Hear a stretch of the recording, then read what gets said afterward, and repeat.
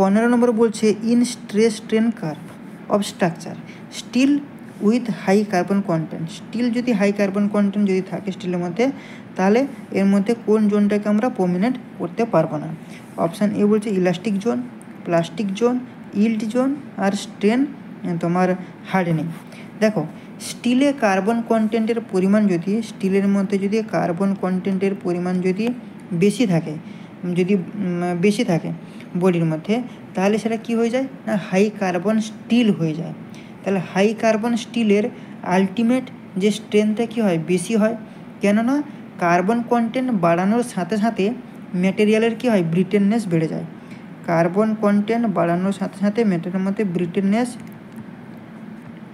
ব্রিটেননেস কী হয় বেড়ে যায়, এবং ব্রিটেননেস বেড়ে যাওয়ার সাথে সাথে ডাকটিলিটিটা কী হয়ে যাবে না আমাদের ডিক্রিজ হয়ে যায়। তাহলে হাই কার্বন কন্টেন্ট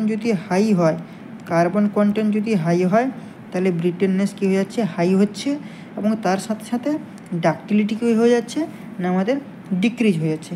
এতটুকু তো ক্লিয়ার।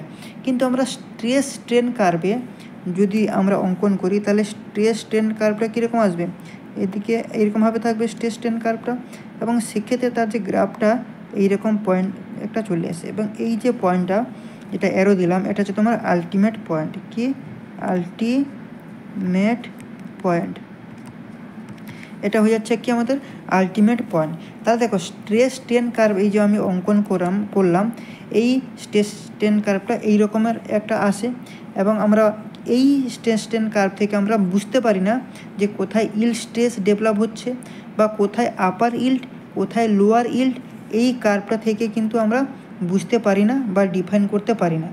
এখানে এই যে ইল্ড স্ট্রেসের জোনটা কি হয়ে যায় বলো তো, তোমার প্রমিনেন্ট হয়ে যায়, মিস হয়ে যায়।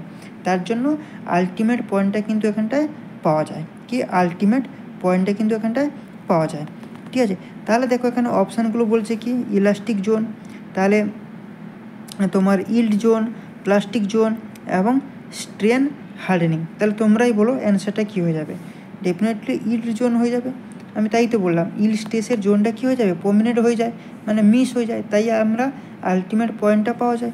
কিন্তু এখানে দেখো বলেছে কি নট প্রমিনেন্ট, মানে কি কোন জোনটা তোমার মিস হয়ে যাচ্ছে, তাহলে সেটা কী হবে ইল্ড জোনটা, তাই তো। তাহলে আমাদের সি হয়ে যাবে কি আমাদের কারেক্ট অ্যান্সার।